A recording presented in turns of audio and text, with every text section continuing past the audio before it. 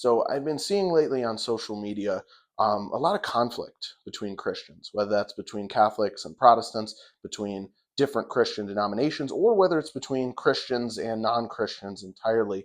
Um, and it can be kind of disheartening to see just all of the negativity that has come into the Christian space. And I think, unfortunately, folks kind of act like they have the whole truth and that heaven is theirs to give. And I'll tell you what, heaven is certainly not ours to give, and it is certainly not ours to take away. And I look at the words of Jesus, where Jesus said, "This is the first and greatest commandment, that you love the Lord your God with all your heart, with all your mind, with all your strength, and that you love your neighbor as yourself."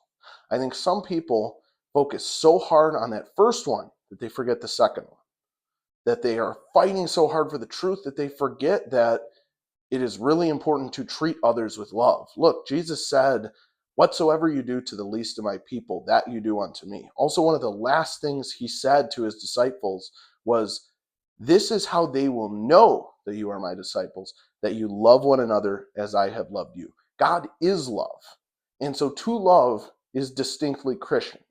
And so, look, as a Catholic, I do think it is really important to get that perspective out there. And I can see why so many of my Catholic brothers and sisters get so fired up to fight for the truth and the beauty of the sacraments and the teaching that we have through the church.